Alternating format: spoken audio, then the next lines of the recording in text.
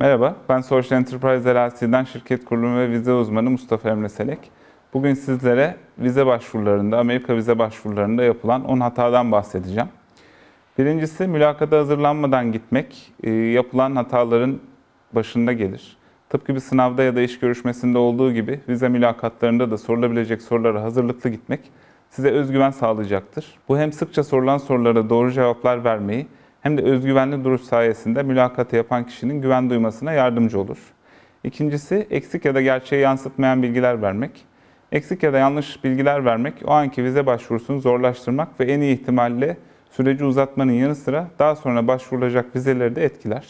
Bunun ötesinde bu tip bir yanlış bilgilendirme, hukuki işlemler başlatılmasına kadar kötü sonuçlara neden olabilir. Üçüncüsü, eksik evraklar. Vize başvurusu için gerekli belirtilmiş bütün dosyalar mutlaka isteneceği için daha önceden bu konuda dikkatli davranıp bütün evrakları tamamlamak oldukça önemli.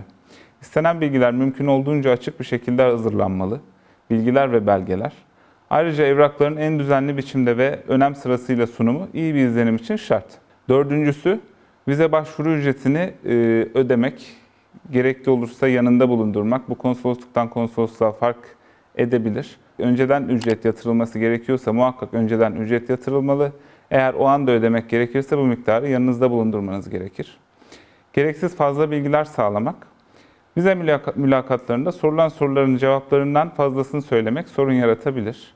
Birçok kişi vize mülakatlarında akıllıca davrandığını düşünerek fazla özgüvenli bir biçimde gereksiz detaylara yer verir. Bu da sonucunda başvuran kişinin aleyhine işleyebilecek daha fazla soruya sebep olur. Dolayısıyla mümkün mertebe sadece sorulan sorulara cevap vermek daha akıllıca olur. Altıncısı, tutarsız cevaplar. Vize evraklarında yazılı olan bilgilerle mülakatta verilen cevapların birbiriyle uyumlu olması gerekir. Sorulan sorulara tutarlı ve net cevaplar vererek herhangi bir şüphe uyandırmayacak bir tavır işleri kolaylaştırır. Yani vize evrakına, başvuru evrakına yazılan bilgilerle konsoloslukta söylediğiniz bilgilerin birbirleriyle uyuşması gerekir. Yedincisi, bu da özellikle Türkiye'de olabiliyor bazen. Konsolosluk memuruyla tartışmak. Mülakat sırasında yapılacak en yanlış davranışlardan biri konsolosluk memurlarıyla tartışma yaşamaktır. Yani en basit tartışmanın bile vize sürecine etkisi olabileceği düşünülürse buna göre hareket etmek en akıllıcası olur. Olumsuz durum ya da hata yapıldığı hissedildiğinde sakin ve kibar biçimde iletişim sağlanmalıdır. Sekizincisi, kötü iletişim kurmak. İngilizceye çok iyi hakim olmamak ya da yabancı bir dilde iyi iletişim kuramamak vize mülakatlarında kötü bir etkiye neden olur.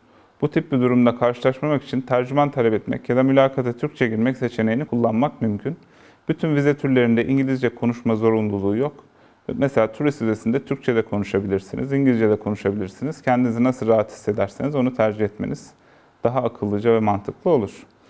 9. Gereğinden fazla konuşmak.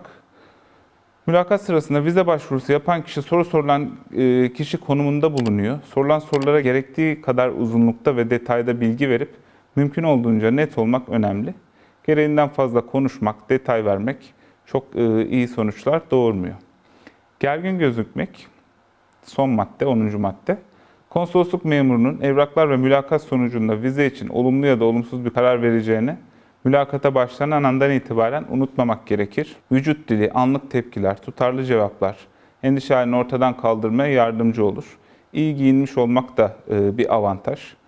Amerika Birleşik Devletleri vizesi başvuru süreci bazı püf noktalara dikkat edildiğinde çok kolay bir şekilde sonuçlanabiliyor. Amerika'yı keşfetmenin ilk adımının kurallara uygun bir vize başvurusundan geçtiğini unutmayın. Konuyla alakalı sorularınız olursa aşağıdaki e-mail adreslerinden bize ulaşabilirsiniz.